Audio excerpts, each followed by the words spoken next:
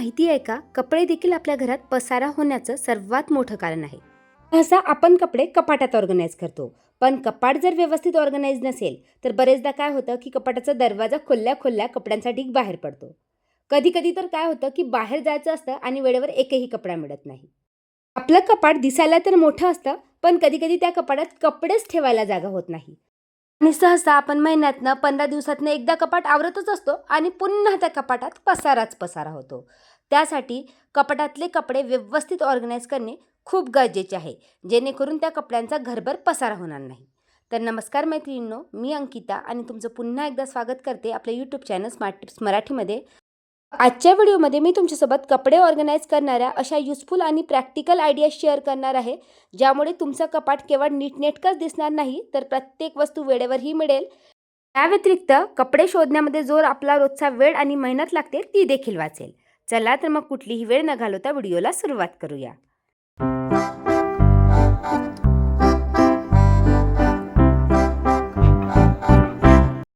तर आता घरातले कपडे ऑर्गनाईज करण्याची सुरुवात कुठून करायची?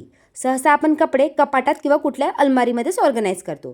तर त्यासाठी पहिले कपाटाला पूर्णपणे रिकामं करून घ्यायचं. जर त्या कपाटात थोडीफार घाण किंवा धूळ जमा झालेली असेल तर ती देखील तुम्ही व्यवस्थित क्लीन करून घ्या, जेणेकरून कपाटातली जी काही धूळ आहे ती कपड्यांना देखील लागणार नाही आणि कपाट देखील व्यवस्थित नीटनेटकं आणि स्वच्छ दिसेल.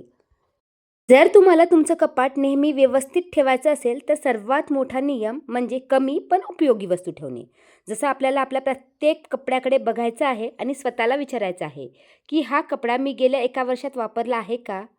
हा कपडा अजूनही मला फिट होतो का? हा कपडा घातल्यावर मला आवडतो का?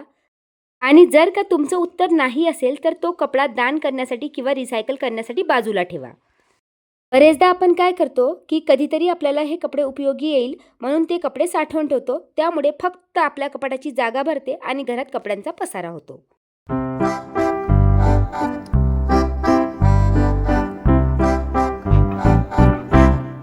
रिसेंटलीच रोजच्या वापरातले कपडे ऑर्गनाईज करण्यासाठी मी हे मस्त असे अफोर्डेबल ऑर्गनायझर मागवले आहे. तुम्ही बघू शकता स्टोरेज कॅपॅसिटी देखील खूप चांगले आहे. या व्यतिरिक्त हे ऑर्गनायझर मला युजफुल वाटले कारण हे फोल्डेबल आहे. जर याचा उपयोग नसेल तर आपण याला फोल्ड करून देखील ठेवू शकतो. क्वालिटी उत्तम आहे. या ऑर्गनायझरचा वापर करून मी कपाटाचा हा वरचा कप्पा ऑर्गनाईज केलेला आहे, कारण वरच्या कप्प्यात आमच्या रोजच्या वापरातले कपडे ठेवलेले असायचे आणि कप्पा मोठा असल्यामुळे सगळे कपडे एकमेकात मिक्स व्हायचे आणि वेळेवर मग एकही कपडा मिळत नव्हता. कपाटात कपड्यांचा पसारा देखील होत होता. त्यामुळे कपडे ऑर्गनाईज करताना नेहमी लक्षात ठेवायचं की कपड्यांची वर्गवारी करायची. मीन्स रोज वापरणारे कपडे, बाहेर जाण्याचे कपडे, घरात वापरण्याचे कपडे, हिवाळी कपडे, व्यायामाचे कपडे हे वेगवेगळ्या पद्धतीने ऑर्गनाईज करायचे. प्रत्येकासाठी तुम्ही वाटेल तर सेपरेट ऑर्गनायझर वापरा, जेणेकरून ते एकमेकात मिक्स होणार नाही. जसं मी पहिल्या ऑर्गनायझरमध्ये माझे कपडे ऑर्गनाईज केलेले आहेत, दुसऱ्या ऑर्गनायझरमध्ये नवरोबांच्या रोजच्या वापरातले कपडे ऑर्गनाईज केलेले आहे, तिसऱ्या ऑर्गनायझरमध्ये रोजचे टॉवेल आणि नॅपकिन, त्याचबरोबर एका ऑर्गनायझरमध्ये सॉक्स ठेवलेले आहे आणि चौथ्या ऑर्गनायझरमध्ये मी नियाच्या रोजच्या वापरातले कपडे ऑर्गनाईज केलेले आहे. खालचा जो कप्पा आहे त्यामध्ये मी नियाचे पार्टीवेअर ड्रेसेस आणि एथनिक ड्रेसेस ऑर्गनाईज केलेले आहे आणि त्यानंतर बाहेर जाण्याचे जे नवीन कपडे आहेत ते एका साईडला ऑर्गनाईज केलेले आहे. त्यानंतर साईडच्या कप्प्यांमध्ये मी नवरोबांचे पूर्ण कपडे ऑर्गनाईज केलेले आहे आणि तुम्हाला 2 पिवळे ऑर्गनायझर दिसत असेल त्यामध्ये हँकीज, त्याचबरोबर काही इनरवेअर मी ऑर्गनाईज केलेले आहे. खालच्या कप्प्यामध्ये मी माझे यूट्यूबचे व्हिडिओ शूट करण्यासाठी जे रेग्युलर कपडे लागतात ते ऑर्गनाईज केलेले आहे आणि साईडला रोज वापरण्यातल्या 2 ते 3 बेडशीट देखील मी ऑर्गनाईज केलेले आहे. तर अशा प्रकारे अगदी कमीत कमी कपड्यामध्ये मी माझं कपाट ऑर्गनाईज केलेलं आहे.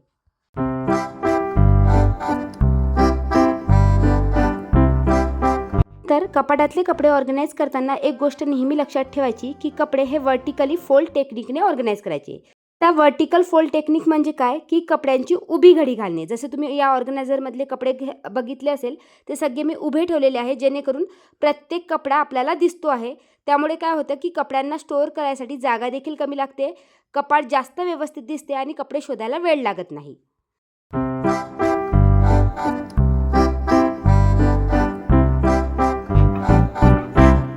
त्यानंतर जर तुम्हाला तुमचं कपाट नेहमी क्लीन अँड ऑर्गनाईज ठेवायचं असेल तर आजकाल मार्केटमध्ये त्यासाठी अफोर्डेबल ऑर्गनायझर देखील उपलब्ध आहे.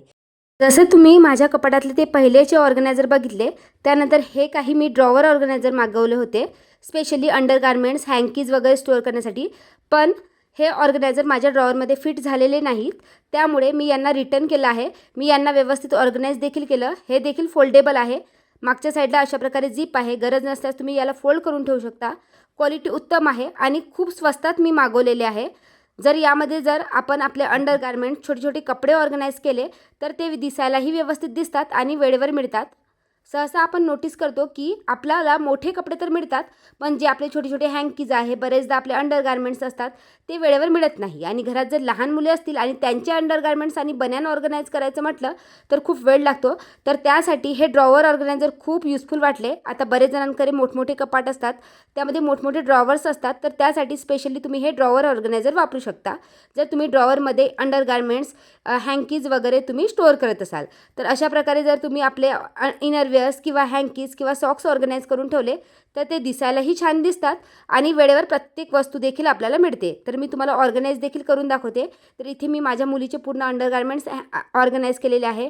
त्याचबरोबर यामध्ये मी नॅपकिन्स ऑर्गनाइज केलेले आहे आणि काही हँकीज वगैरे ऑर्गनाइज केलेले आहे. आणि हे ऑर्गनायझर ड्रॉवरमध्ये फिटोफिट येतात, पण माझ्या कपाटाचे जे ड्रॉवर्स आहे ते हलकेसे छोटे असल्यामुळे मला हे ऑर्गनायझर रिटर्न करावे लागले. पण जर का तुम्ही छोटे छोटे कपडे अशा प्रकारे ड्रॉवरमध्ये ऑर्गनाइज करत असाल तर हे ऑर्गनायझर नक्कीच वापरा.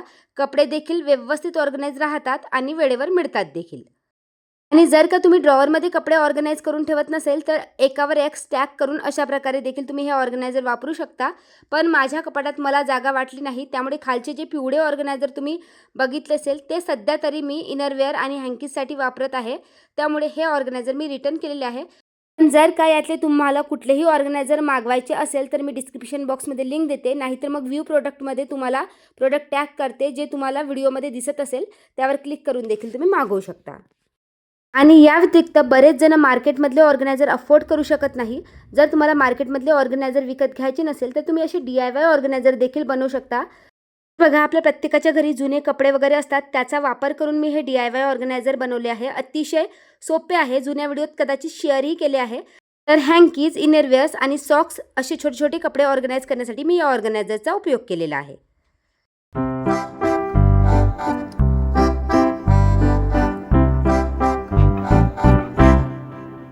तर कपाट सेट करताना मी भरपूरसे बिनकामाचे कपडे काढून टाकलेले आहे. जसं बरेचसे हिवाळ्यातले कपडे देखील मी ठेवलेले होते, कारण इकडे अदामदात पाऊस येत असतो त्यामुळे. पण आता सध्या तरी त्याची गरज पडत नाही, त्यामुळे ते एक्स्ट्रा कपडे मी आता बेडबॉक्समध्ये टाकून देणार आहे. त्याचबरोबर नियाचे असे कितीतरी कपडे होते, ती बरेच वर्षापासून वापरत नव्हती, तरी देखील खालच्या कप्प्यात ठेवलेले होते. तर अशा प्रकारे प्लास्टिक बॅगमध्ये ते कपडे मी व्यवस्थित सेट करून घेतलेले आहे. आता बेडबॉक्समध्ये ठेवून देणार आहे. आमच्याकडे ना लहान मुलाचे कपडे सहसा ती लहान असताना कोणाला दिल्या जात नाही, पण यातले जे कपडे आहेत ते तसंही देण्यायोग्य नाही आहे. माझी मुलगी पेंटिंग वगैरे करते, तर ते कपडे खूप वापरून वापरून घाण झाले आहे. तर अशा कपड्यांचं काय करावं खरंच मला सुचत नाही आहे. यापासून मी काही प्लांटर्सही रेडी केले होते. आमच्याकडे डस्टिंगसाठी लहान मुलांचे कपडे वापरत नाही. आपल्या मोठ्यांचे कपडे असेल तर आपण डस्टिंगसाठी किंवा पोछासाठी वगैरे वापरू शकतो, पण लहान मुलांचं काय करावं काही कळत नाही. तुम्हाला याबद्दल काही माहिती असेल तर मला कमेंट करून नक्की सांगा. आणि त्यानंतर नियाचे विंटर वेअर्सचे जेवढे काही कपडे आहे, मी हिवाळ्यात उपयोग होणारे कपडे आहे, ते मी अशा प्रकारच्या एका स्टोरेज ऑर्गनायझरमध्ये पॅक करून घेतलेले आहे. हे मोठमोठे स्टोरेज ऑर्गनायझर मी यावर्षीच मागवले, काही जुनेही आहे. तर बघा, ग्रे कलरचं ऑर्गनायझर तुम्ही बघू शकता, त्याच्या खाली ब्लॅक कलरचे 2 ऑर्गनायझर आहे. तर हिवाळ्यातले कपडे वेगळे असतात आमच्याकडे, उन्हाळ्यातले कपडे वेगळे असतात आणि पावसाळ्यातले वेगळे असतात, त्यामुळे त्यानुसार कपडे ऑर्गनाइज करावे लागतात. तर तुमच्याही कपाटात जर सध्या वापरात नसलेले भरपूरसे कपडे ठेवलेले असेल तर त्यामुळे आपल्या कपाटाची एक्स्ट्रा स्टोरेज जाते. जसं बरेचदा आपल्या कपाटात आता उन्हाळा सुरू आहे आणि हिवाळ्यातले ब्लँकेट्स किंवा स्वेटर, जॅकेट्स देखील ठेवलेले असतात, त्यामुळे एक्स्ट्रा स्टोरेज जाते. त्यासाठी तुम्ही अशा प्रकारच्या स्टोरेज बॅग वापरू शकता आणि ते कपडे तुम्ही बेडबॉक्समध्ये किंवा अलमारीचा जो वरचा कप्पा आहे त्यामध्ये देखील ऑर्गनाइज करू शकता. नाहीतर आजकाल ना मार्केटमध्ये व्हॅक्यूम बॅग देखील उपलब्ध आहे, तर त्या देखील तुम्ही स्टोरेजसाठी वापरू शकता. साईडला मी फोटो लावते. अगदी 250, 300, 400च्या रेंजमध्ये तुम्हाला 2 ते 3 बॅग मिळून जातील. आणि जे मोठमोठे रजाई असतात किंवा ब्लँकेट्स असतात त्या ऑर्गनाइज करण्यासाठी उत्तम ऑप्शन आहे. तुमच्याकडे स्टोरेजची कमी असेल ना तर तुम्ही व्हॅक्यूम बॅग नक्कीच वापरून बघा. आणि त्यानंतर आपल्या कपाटातल्या साड्या देखील आपल्या कपड्यांचा एक महत्त्वाचा भाग आहे. तर साड्या ऑर्गनाइज करण्यासाठी मी अशा प्रकारचे ऑर्गनायझर वापरत होते. आणि गेल्या 8 वर्षापासून वापरती आहे. तर बघा आता ऑर्गनायझरची हालतही खराब झाली आहे आणि यावरचं जे प्लास्टिक आहे ते देखील खराब होत होतं. तर यामध्ये मी एक प्रॉब्लेम नोटीस केला की एखादी साडी जर काढायची असेल तर सगळ्या साड्या आपल्याला काढाव्या लागतात. कधी-कधी घाई गडबडीत पूर्ण साड्यांची घडी देखील खराब होते. या व्यतिरिक्त हे ऑर्गनायझर पूर्णपणे ट्रान्सपरंट नसल्यामुळे कुठली साडी कुठे स्टोअर केली आहे हे देखील दिसत नव्हतं आणि ऑर्गनायझरची क्वालिटीही चांगली नाही आहे. त्यामुळे रिसेंटलीच मी मस्त असे साडी ऑर्गनायझर मागवले आहे अतिशय अफोर्डेबल प्राईसमध्ये. जर तुम्ही इंस्टाग्राम किंवा यूट्यूब वगैरे बघत असाल तर तुम्हाला बरेचशा यूट्यूब व्हिडिओजमध्ये बघितलं असेल. तर हे साडी ऑर्गनायझर खादी कॉटनमध्ये आहे. याला छोटीशी जाडी लावलेली आहे. क्वालिटी एक नंबर आहे. फाटण्याची वगैरे शक्यता नाही. इंटरलॉक वगैरे केलेला आहे. झिपची क्वालिटी देखील छान आहे. तर बघा खालच्या साईडला अशी जाडी दिलेली आहे. त्यामुळे कुठली साडी त्या ऑर्गनायझरमध्ये स्टोअर केली ते देखील दिसते. आणि या ऑर्गनायझरची साईज मला आवडली. यामध्ये तुम्ही पेटीकोट त्याचबरोबर साडीचा ब्लाऊज देखील स्टोअर करू शकता. एका ऑर्गनायझरमध्ये एकच साडी स्टोअर केल्या जाते आणि जर तुम्ही त्या साडीचा ब्लाऊज किंवा पेटीकोट स्टोअर करत नसाल तर मग एका ऑर्गनायझरमध्ये 2 साड्या इझिली मावतात. तर अशा प्रकारचे 10 ऑर्गनायझर मी मागवलेले आहे. प्राईस किती आहे सध्या तरी मला लक्षात येत नाही. साईडला स्क्रीनवर मी प्राईस लावून देईल. तर बघा अशा प्रकारे ज्या काही महागड्या साड्या आहेत त्या मी यामध्ये स्टोअर केलेल्या आहे आणि रोजच्या वापरातल्या साड्या माझ्याकडे जे एक ट्रान्सपरंट ऑर्गनायझर आहे त्यामध्ये स्टोअर केलेलं आहे. तर इझिली यामध्ये ब्लाऊज आणि पेटीकोट देखील मावतं. हे ऑर्गनायझर आपण एकावर एक ठेवू शकतो आणि एखादी साडी मग काढायची असेल तर लगेच त्या जाडीमधून दिसते आणि बाकी साड्यांची घडी देखील मोडणार नाही. मला तर हे साडी कवर खूप आवडले. तुम्ही देखील चांगल्या साडी कवरच्या शोधात असाल तर हे ऑर्गनायझर बेस्ट आहे. व्हिडिओमध्ये दाखवलेल्या सर्व प्रोडक्टची लिंक मी डिस्क्रिप्शनमध्ये दिली आहे. त्यावर क्लिक करून तुम्ही मागवू शकता. नाहीतर व्ह्यू प्रोडक्टमध्येही प्रोडक्ट टॅग केलेले असतात पण बरेचदा ते फ्लिपकार्ट आणि मिंत्रावरचे प्रोडक्ट असतात आणि रिअल प्रोडक्ट मी हे मिशोवरून मागवले आहे. त्यामुळे जर तुम्हाला मिशोची लिंक हवी असेल तर ती डिस्क्रिप्शन बॉक्समध्ये आहे. कारण बरेचदा काय होतं की व्हिडिओमध्ये मी जी प्राईस सांगते ना ती प्राईज फ्लिपकार्ट आणि मिंत्रावर वेगळी असते. त्यामुळे बरेच जण म्हणतात की तुम्ही कमी प्राईजमध्ये मागवले आणि जास्त प्राईज आहे. तर मेन प्रोडक्टची लिंक ही डिस्क्रिप्शन बॉक्समध्ये दिलेली असते. त्यामुळे नेहमी डिस्क्रिप्शन बॉक्स जर एखादी प्रोडक्ट मागवायचं असेल तर चेक करत जा.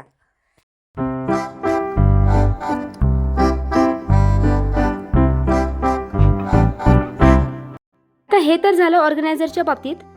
बरेचदा काय होतं की घरात एकच कपाट असतो. अनेकांचे कपडे एकाच कपाटात ऑर्गनाइज करायचे असतात आणि विदाऊट ऑर्गनायझरचा वापर न करता मग अशा वेळेस ते कपडे कसे ऑर्गनाइज करायचे. मग अशा वेळेस एक सिंपल रूल तुम्ही ट्राय करू शकता. प्रत्येक व्यक्तीसाठी त्याचा एक स्वतंत्र कप्पा डिसाईड करा. त्या कप्प्यात फक्त त्या स्वतंत्र व्यक्तीचेच कपडे राहणार, इतर व्यक्तीचे मिक्स होणार नाही. या पद्धतीने देखील आपण आपलं कपाट इझिली ऑर्गनाइज करू शकतो. त्यामुळे देखील कपडे मिक्स होत नाही. फक्त ते आपल्याला वारंवार थोडंफार स्वच्छ करावं लागतं. या व्यतिरिक्त स्टोरेज जास्त लागू शकतं. ऑर्गनायझरचा उपयोग करून जेव्हा आपण कपडे ऑर्गनाइज करतो ना ते दिसायला छान दिसतं, ऑर्गनाइज दिसतं. या व्यतिरिक्त स्टोरेज देखील कमी लागतं. आता सर्वात मोठा प्रश्न की कपाटाला कायम नीट कसं ठेवायचं. कारण कपाट एकदा आवरणे सोपे आहे परंतु ते कायम नीट ठेवणे हे जास्त महत्त्वाचे. त्यासाठी कपडे वापरल्यानंतर लगेच जागेवर ठेवायचे. नवीन कपडा आणल्यास एखादी जुना कपडा दान करा किंवा कपाटातून काढून टाका.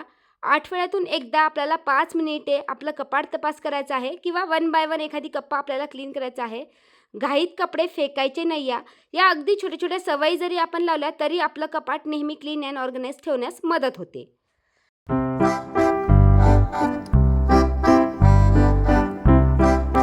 तर मैत्रिणींनो या होत्या कपड्यांना ऑर्गनाइज करणाऱ्या काही सोप्या पण खूप प्रभावी आयडियाज.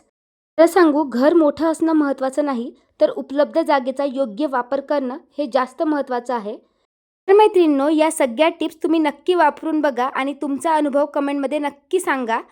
आणि व्हिडिओ आवडला असेल तर व्हिडिओला लाईक करा, शेअर करा आणि अशाच होम ऑर्गनायझेशन व्हिडिओजसाठी आपल्या चॅनलला देखील सबस्क्राईब करा. चला तर मग भेटूया पुढच्या व्हिडिओमध्ये. तोपर्यंत बाय बाय.